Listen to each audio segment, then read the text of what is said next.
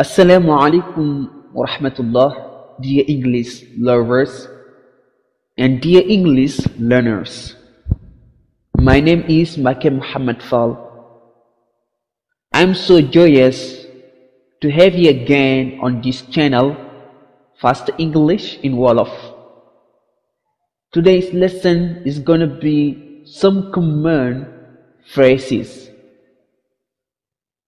Mbokk yi ñu ngi amaat mbégte ak contentement di àndaat ak yéen ci seen bi di Fast English in Wolof, maanaam anglais bu gaaw ci wolof. tey nag leçon biñ leen indil mu ngi aju ci common phrases. Common phrases yi common fu ñu la ko waxee mooy li gën a siiw, phrases yi mooy ay phrase yi gën a siiw ci anglais. ki ngeen ci àndal nag mooy Mbacke Muhammad Fall. dañuy taaxeerlu tuuti ñu dugg ci leçon bi.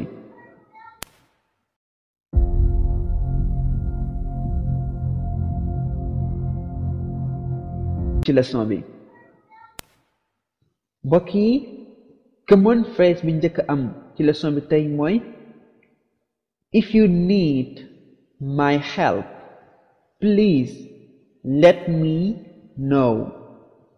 If you need my help please let me know. If you need soo soxla my help sama ndimbal please s'il vous plaît let me know bàyyil ma xam. soo soxlaa sama ndimbal leeral ma lan moo xew, loolu la ci jublu. bokk na ci ba tey everything is ready. Everything is ready. lépp pare na. kon lépp pare na soo ko bëggee wax ci anglais da nga naan everything is ready.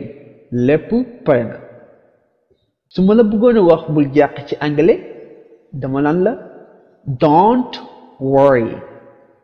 Don't worry. bul jàqi. bokk na ci yiñ indi mbokk yi that's good idea. That's good idea. lii de idée bu baax la. mbokk yi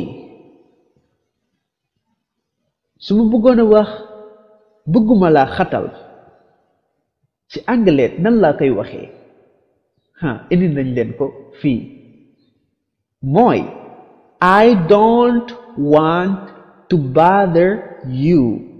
I don't want to bother you. mooy bëgguma la xatal. bokk na ci common phrases yi mbokk yi I am not ready yet. I am not ready yet. I am not ready mooy noppeeguma pareeguma. yet ba léegi lay firi kon pareeguma ba léegi. soo amoon gan nga jox ko ndox nga bëgg ko wax ndax doy na noo koy waxee ci anglais danga naan ko is that enough. Is that enough. ndax lii doy na. ndax lii doy na. bokk na ci liñ indi mbokk yi just a little. Just a little mooy tuuti rekk.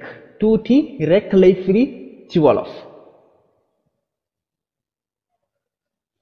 bokk na ci common phrases yi indi tey let me think about it. Let me think about it. bàyyil ma xalaat ci.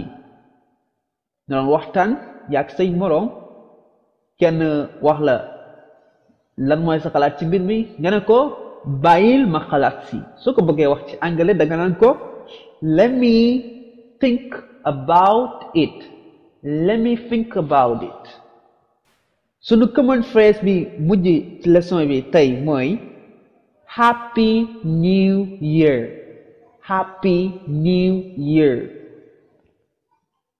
mooy bonne année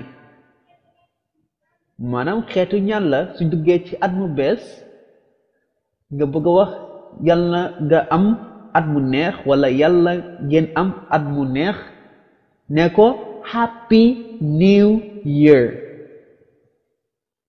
ginnaaw jóge nañ ci 2019 ñëw ci 2020 moo tax mën na leen Happy New Year lii moo doonoon sunu leçon bi tey wassalaamu aleykum wa rahmatullahi wa barakaatu.